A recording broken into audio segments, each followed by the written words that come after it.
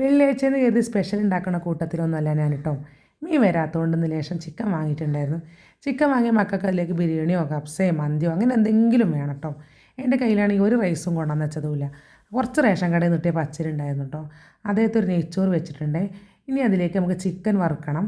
Chicken വറുക്കാൻ വേണ്ടിയിട്ട് അതിലേക്ക് മഞ്ഞൾപ്പൊടി, മുളക് പൊടി, ചിക്കൻ മസാല, ഗരം മസാല, മല്ലിപ്പൊടി, കുറച്ച് വലിയ ജീരകം, ലേശം മോരും, പുളിക്ക് വേണ്ടിയിട്ട് കേട്ടോ.